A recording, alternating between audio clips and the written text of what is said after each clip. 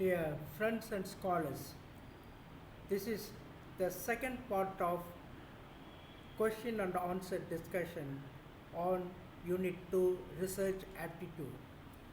Most welcome to this video presentation. I am Dr. I. Jesudas SJ from St. Xavier's College of Education, Palayamkotte, Tamil Nadu, a former associate professor and a research supervisor. This has been my pleasure to give coaching in NET all along my life. I am doing it after my retirement too. Welcome to this video presentation. Kindly subscribe if you like my videos. Thank you very much.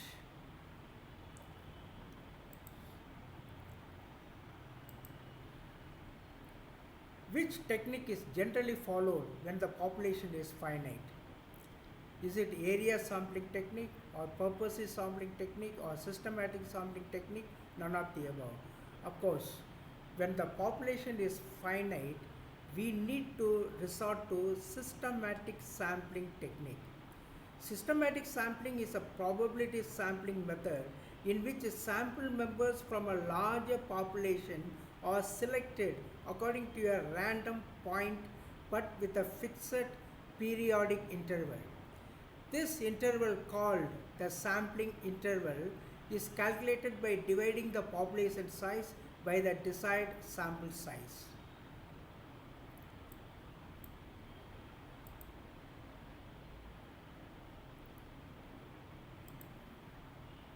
Next question. Research problem is selected from the standpoint of researcher's interest, financial support, social relevance, availability of relevant literature. Well, research problem is selected from the standpoint of the researcher's interest. What the researcher is interested in, he should be indulging in any research. The chief motivation in the way of selecting research problem is the personal inclination, in other words, personal liking of the researcher. If a researcher has personal interest in the topic, he would select that problem for his research work, no doubt. During the selection, a researcher will see to the resources available because he is interested in it. The experimental study is based on what? The manipulation of variables. After all, we are comparing and contrasting two different sets of variables with regard to a particular common factor. So finally we arrive at a result, whether it is favorable or not favorable. Experimental research is a scientific approach to research where one or more independent variables are manipulated and applied to one or more dependent variables to measure their effect on the latter. So this is nothing but the manipulation of variables. The process not needed in experimental researches is content analysis. Content analysis doesn't come under experimental researches, but observation, manipulation, controlling of the variables, yes, very much. An example of scientific knowledge is authority of the prophet or great men, social traditions and customs, religious scriptures, laboratory and field experiments. No doubt, an example of scientific knowledge is laboratory and field experiments. Of course, we know that. Which one is called non-probability sampling? Is it cluster sampling, quota sampling, systematic sampling, stratified random sampling? Non-probability sampling is defined as a sampling technique in which the researcher selects the samples based on the subjective judgment of the researcher rather than random selection. It is carried out by observation and the researchers use it widely in qualitative researches. So quota sampling is a non-probability sampling. The main characteristics of scientific research is empirical, that is things that can be verified, theoretical, experimental, all the above. So the main characteristics of scientific research are empirical, theoretical, experimental aspects. The authenticity of a research finding is its originality, validity, objectivity, all of the above. In terms of research, objectivity means eliminating a bias, in other words, a subjective element. In order to obtain accurate and reliable results, a researcher must remain objective and focus on carrying out his studies without manipulating his methods to find a specific outcome. In other words, there shouldn't be any personal conviction or personal liking. It has no place in any research process. What he finds should be given out.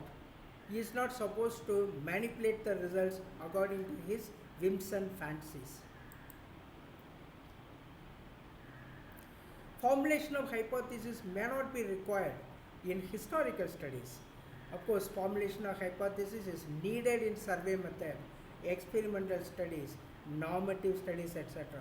But formulation of hypothesis may not be required. In some cases, it may be required in a small measure, yes, in a slightly different manner. But in general, formulation of hypothesis may not be required in historical results. The basis on which assumptions are formulated, cultural background of the country. So assumptions are formulated based on the cultural background of the country. Match the list A with the list B and choose the correct answer from the code given below. List A, historical method, survey method, philosophical method, experimental method. In list B, we see past events, vision, present events, exceptional cases, future action. So we have to, connect the components in list A with the components in list B. What is historical method? It talks about the past events, the first one. Survey method, it talks about the present events, the third one. Philosophical method, it talks about the vision or worldview of the philosopher. So the second one, vision. Experimental method, that is nothing but future action. For the future action, we indulge in experimental method. So that way we have to connect with the list B. Which of the following is not the critical feature of qualitative research? Actual settings are the direct source of data. Data take the forms of words or pictures. Seeking to establish relationship among measured social facts. Researcher becomes immersed in the situation, present or past, related to the phenomena. Now, what is given? Which of the following is not the critical feature of qualitative research? I mean, which is not the characteristic of qualitative research. For an example, number A, B, D are actually characteristics of qualitative research. Actual settings are the direct source of data in qualitative research. Data takes the forms of words or pictures in qualitative research. Researcher becomes immersed, he is fully involved in the situation, present or past, related to the phenomena in the qualitative research. So, except C, that is seeking to establish relationships among measured social facts. It is not possible because, after all, the measuring the social facts mostly subjective. Of course, little bit objectivity is there, but then the objectivity is seen through the eyes of the researcher. So that way, we need not seek to establish relationship among the measured social facts. So that is the right option. It is not the critical feature of qualitative research. In a PhD thesis, which one is the correct sequence for showing scheme of chapterization? Of course, they are asking for the steps for the research. So the C, just take C, introduction, survey of related studies, design of study, data presentation, analysis and interpretation, formulation of generalization and conclusions, suggestions for further research, references and appendix. That goes in a particular order. But other statements, here and there, the order will be changed. That we have to note down in such questions. So best thing is we must understand the proper sequence of the steps in any research process. Then immediately we can just find C is the correct one. Which of the following statements is correct? Objectives of research are stated in first chapter of the thesis. Researcher must possess analytical ability. Variability is the source of problem. Now, I have chosen the option D as the correct one. What's the reason? Of course, objectives of research are stated in the first chapter of the thesis. That goes according to the usual custom, in any research process. Researcher must possess analytical ability, no doubt about it. If he is not having the analytical ability, there is no point in doing any research. Variability is the source of problem. Of course, in order to enhance the findings, variability should be there. So, variability is the source of problem. So, all the above is the correct option. Which of the following is an initial mandatory requirement for pursuing research? Developing a research design, formulating a research question, deciding about the data analysis procedure, formulating a research hypothesis. Which of the following is the first step, in other words, essential and first step? So that is nothing but formulating a research question. Even before constructing the research design, we must formulate a research question. What is the research question which we are going to pursue in the research? That is the first and foremost condition for indulging in any research. The format of thesis writing is the same as in preparation of a research paper or article, writing of seminar presentation or a research dissertation, presenting a workshop, conference paper.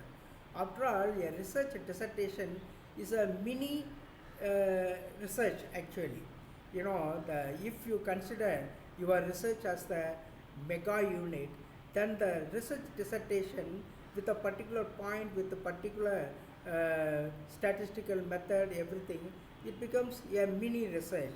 So that way, the format of thesis writing is the same as in a research dissertation.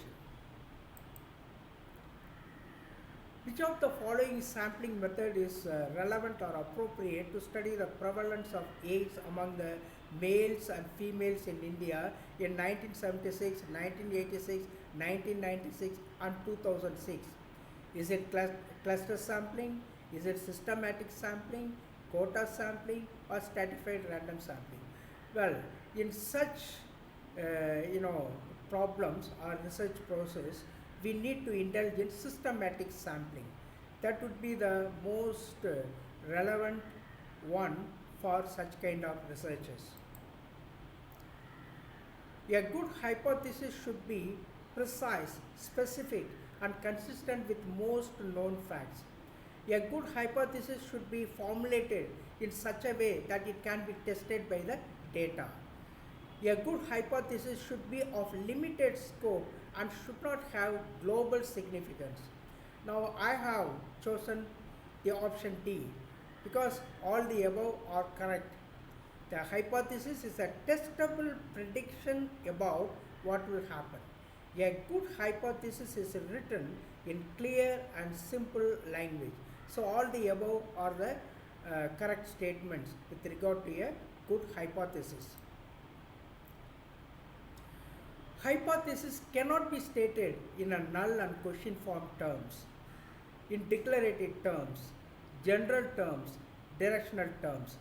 Well, according to the convention, hypothesis can be stated in null and question form terms, declarative terms, directional terms, but certainly not in general terms, because it will not lead the research anywhere at all. A null hypothesis is when there is no difference between the variables. A null hypothesis is the same as research hypothesis. A null hypothesis is subjective in nature. A null hypothesis is when there is difference between the variables. Which one is the right? Well, a null hypothesis will always start with this particular statement. There is no difference between the variables, no, that type of thing. So, a null hypothesis is a type of hypothesis used in statistics that says that no statistical significance exists in a set of given observations. The null hypothesis tries to show that no variation exists between variables, or that a single variable is no different than its mean. So that is the idea. A null hypothesis is when there is no difference between the variables.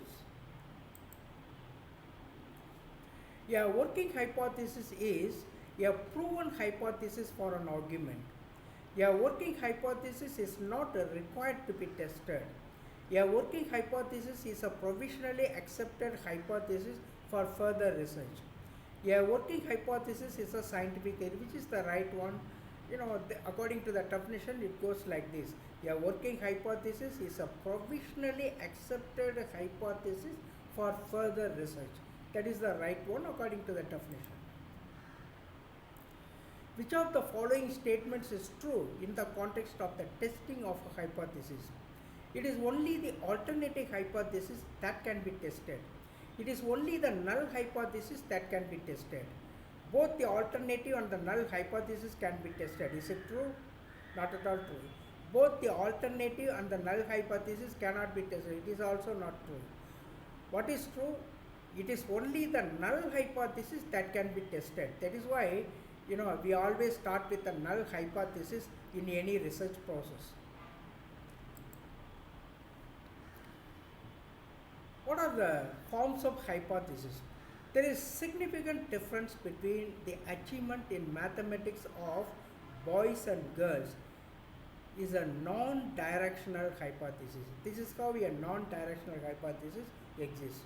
There is a significant difference between the achievement in mathematics of boys and girls. It doesn't show whether the boys or girls have the achievement. Then it is a non-directional hypothesis. The achievement in mathematics of boys is higher to that of girls is an example of directional hypothesis. It clearly indicates the direction. Boys is superior to girls like. So that way it is directional hypothesis.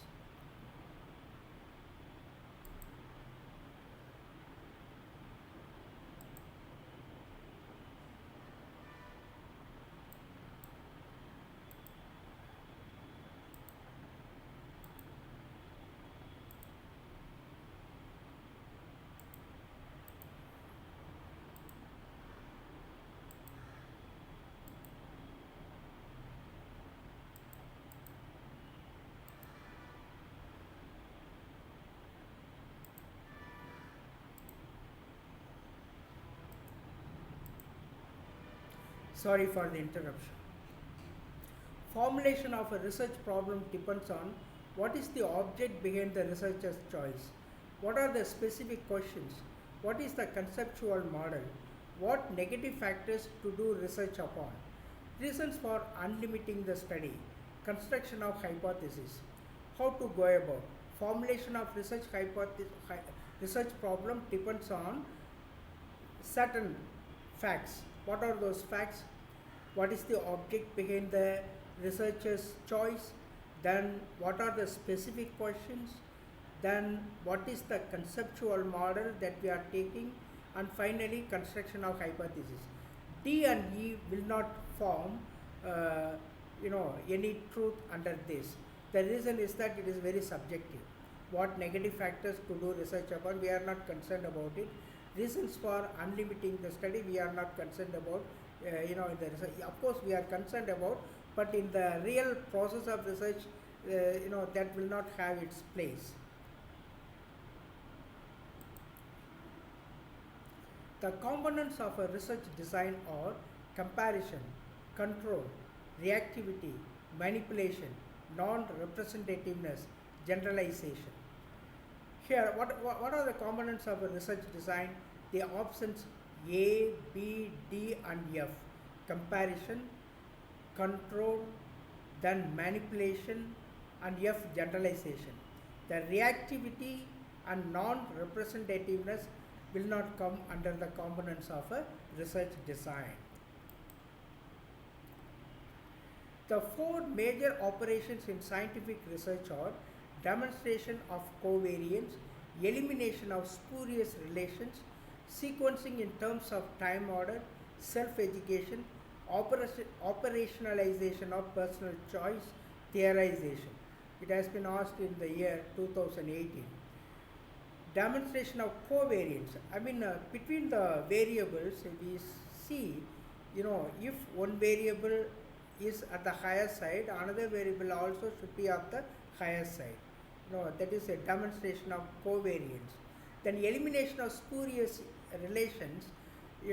Sometimes there will be relationship, but then the causal factor will not be there. We cannot attribute to any cause why they are related. In such cases, we must eliminate such relations in scientific research.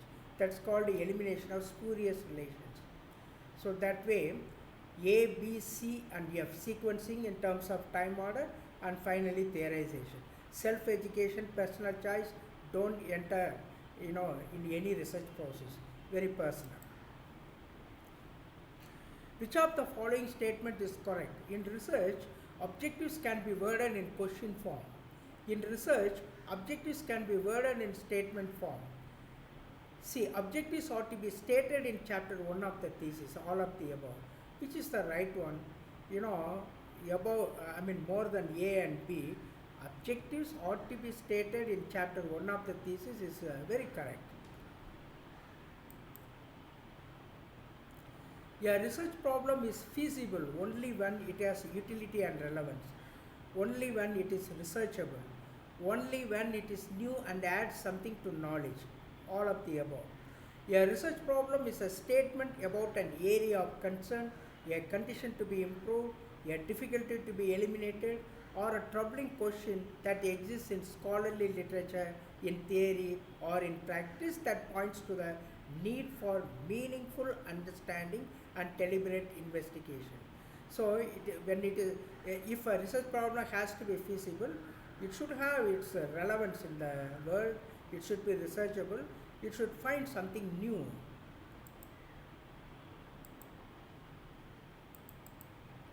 Next one. When a research problem is related to a heterogeneous population, the most suitable sampling method is stratified sampling. What do you mean by heterogeneity? Different groups will be there under study. Boys, girls, different economic groups, urban, rural. So that way heterogeneous population. So the most suitable sampling method will be stratified sampling. To test null hypothesis, a researcher uses ANOVA. Of course, that goes with the accepted fact in any research process. What are the 5 codes of research ethics? Is it integrity, objectivity, professional competence, confidentiality, professional behavior? Well, all these 5 codes of research ethics, which we need to keep in mind because such questions are being asked in NET exams. Integrity, that is sincerity, honesty, etc. Objectivity, no one should have subjective views. Professional competence, one should have the critical analytic mind. Confidentiality, no one should divulge the important facts before publication of the result or before the viva voce examination. Then professional behavior, it needs a certain type of professional behavior, a rich scholarly behavior. Research is not considered ethical if it tries to prove a particular point. Research is not considered ethical if it does not ensure privacy and anonymity of the respondent. Research is not considered ethical if it does not investigate the data scientifically. Research is not considered ethical if it is not of a very high standard. Of course, ethics goes with the secrecy. That is, uh, if it does not ensure privacy and anonymity of the respondent, then research becomes unethical. Which one of the following belongs to the category of good research ethics? Well, publishing the same paper in two research journals without telling the editors, it is unethical. Conducting a review of the literature that acknowledges the contributions of other people in the relevant field or relevant prior work, it is ethical because you are respecting the views of others, you are taking the views of others, and then you give due acknowledgement to their contributions. That is really ethical. Third one, trimming outliers from a data set without discussing your reasons in a research paper. That is unethical. Including a colleague as an author on a research paper in return for a favor, even though the colleague did not make a serious contribution to the paper. Well, just for the sake of friendship, you include somebody in your research process, then it is unethical. Research ethics do not include subjectivity, only objectivity is there. So, research ethics should include honesty, integrity, objectivity, and certainly not subjectivity, that is one's own views or one's own likings. A researcher uses a parametric test in lieu of non-parametric tests for analysis and interpretation of results. This may be described as a case of unethical research practice, malpractice in reporting of results, technical lapse in handling data, manipulation of research results.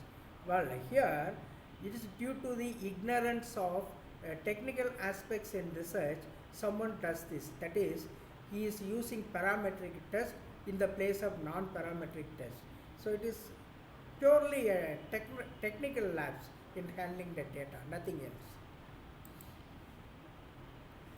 Good research ethics means not disclosing the holdings of shares and stocks in a company that sponsors your research.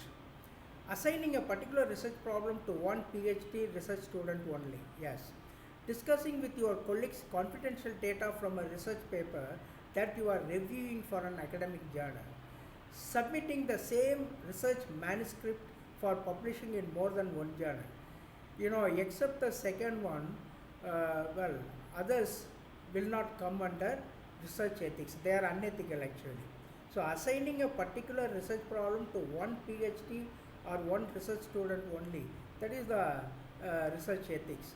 Other things, divulging the data in the academic journal, when you are reviewing the academic journal to others, is highly unethical. Likewise, if we publish in more than one journals our research paper or anything, then it is unethical. This is a very, very important area. Often questions are being asked, in net exams. What is a paper? What is an article? What is a seminar? What is workshop? What is symposium? What is conference? And what is summit? What is a research paper? It is an essay or dissertation read at a seminar or published in a journal. It is a formal written composition intended to be published, presented, or read aloud, or a scholarly essay. So that is a research paper, of course, seriously done, no doubt about it. What is research article? It is a non-fictional literary composition that forms an independent part of a publication as of a newspaper or magazine. Of course, it is like, you are publishing something in a newspaper or magazine that can be considered as an article. It is less in degree than the research paper perhaps. That is more rigorous. It is not so much rigorous. Of course, it needs a certain amount of seriousness, honesty, and structure, everything, but not necessarily that much rigor as in research paper. What is seminar? A formal academic meeting for discussion on training on a specific topic for a small group of 15 to 20 participants held for a number of days. Participants can take away the materials, handouts, etc. with them. In seminar, there is no laboratory work at all. It's a formal academic meeting, okay, on training on a specific topic for a small group of 15 to 20 members, held for a number of days, not necessarily within a day, for a number of days. It may go up to a week even. So participants can take away the materials, handouts with them. Then what is workshop? A meeting at which a small group engages in intensive discussion and activity for a series of sessions on a particular subject or project. All the elements of seminar plus hands-on practice and experience plus laboratory work. So not only the theory, the hands-on experience, learning by doing in a way. So all the elements of seminar plus hands-on experience, hands-on practice plus laboratory work. What do we gain from workshop? A new updated knowledge and skill learning happens in workshops.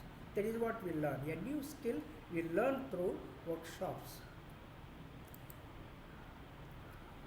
The question, a research paper is a compilation of information on a topic.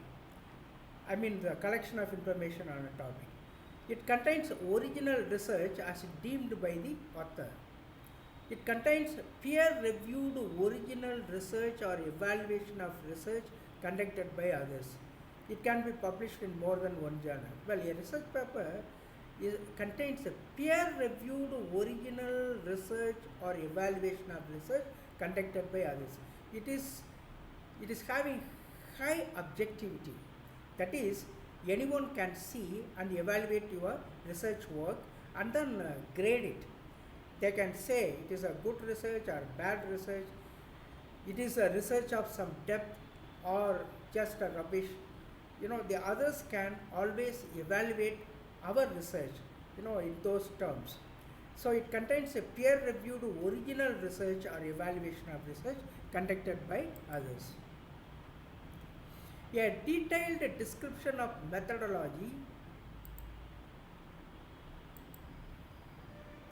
A detailed description of methodology of research is required in thesis, dissertation, symposium, workshop, seminar paper, articles, conference and seminar papers. Well, a detailed description of methodology of research is required in thesis, dissertation, not in other things. Of course, at different levels it is there, but not so much rigorous as in thesis or dissertation. Workshops are meant for giving lectures, multiple target groups, showcase new theories, or hands-on training or experience. As I already explained to you, workshops are meant for hands-on training and experience, with the theoretical background. What is conference? Conference can be called a mega seminar for a larger group, seminar for a small group, conference for a larger group of participants with varied themes of human life. A formal meeting for discussion or debate that may go on for a few days. As in seminar, this also can go on for a few days. There may be pre-arranged meetings for the organizers to plan out the proceedings of the conference. These are all the characteristics of conference. Yes. What is symposium? A formal meeting with a small number of participants for discussion of a single topic in a discipline to be completed in a single day, aiming at a solution at the end. Normally in respective departments, chemistry department, mathematics department or history department, very high level meeting like, those who are participating will understand all the basic concepts that come, in such symposium meetings. Others cannot have that much understanding. Others cannot understand even the basic things in the symposium. Only in that particular department, students may understand what is going on there, because it involves a lot of basic concepts in that particular discipline. So that way, symposium is a formal meeting with a small number of participants for discussion of a single topic in a discipline to be completed in a single day, aiming at a solution at the end. What is dissertation or thesis? A thesis advancing a new point of view resulting from research, usually a requirement for an advanced academic degree. Yes. Summit. Summit is a formal meeting and discussion between experts in the nation or in the world over varied themes that affect humanity, which can be held for a few days. So it's a formal meeting and discussion between experts among the nations, perhaps. For an example, Rio Summit, environmental summit, in among the nations on environmental issues, they were all discussing, in the Rio Summit. Congress is a mega meeting to be held once in a year on any subject of humanity with an aim to arrive at certain decisions for the welfare of humanity. So it's a once in a year affair. It's a mega meeting to be held once in a year. That is called a Congress. A group of experts in a specific area of knowledge assembled at a place and prepared a syllabus for a new course. The process may be termed as symposium, because in that particular discipline, some experts who know the entire thing about that particular discipline, or those who are having complete knowledge on that discipline, will be having a meeting. So such kind of meetings are called symposiums. Well,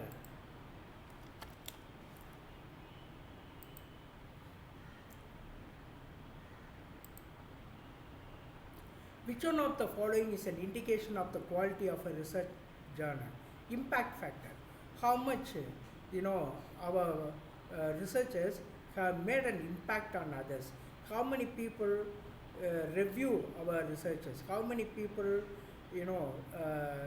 use our researchers for their enlightenment? So the impact factor is an indication of the quality of a research journal. Conferences are meant for multiple target groups. Group discussion, showcasing new research, all the above. So the conferences are meant for multiple target groups. It's a mega seminar. A college wants to give training in the use of statistical package for social sciences to researchers. For this, the college should organize what? Is it a conference? Is it a seminar? Of course, it is not a lecture, it is a workshop. Because SPSS packages, you have to have the operations in the computer, hands-on experience you must have in order to understand the statistical methods. Then it is workshop. Theoretical background will be there, at the same time hands-on experience simultaneously will be there. A research paper is a brief report of research work based on primary data only, secondary data only. Both primary and secondary data, none of the above. A research paper is a brief report of research work based on both primary and secondary data. It is an essay or dissertation read at a seminar or published in a journal. It is a formal written composition intended to be published, presented or read aloud, or a scholarly essay. Hence, it may have both primary and secondary data.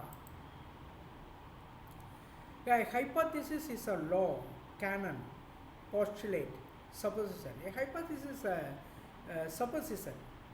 It is an intelligent guess, we call it. A hypothesis is a guess, an intelligent guess. So, hypothesis is a supposition. A thesis statement is an observation, a fact, an assertion, a discussion. What is the meaning of thesis statement? It is this. It is a short statement, usually one sentence, that summarizes the main point or claim of an essay, research paper, etc. And it is developed, supported, and explain in the text by means of examples and evidence. This is what the experts say about this. So, a thesis statement is an assertion statement. Bibliography given in a research report shows vast knowledge of the researcher. It helps those interested in further research. It has no relevance to research, all the above. Of course, bibliography refers to a list of sources used by the author to inform their work on a given topic.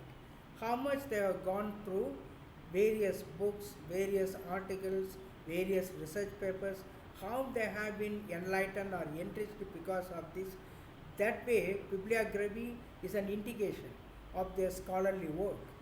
The first major reason for using a bibliography is to inform the readers on how widely they research the topic.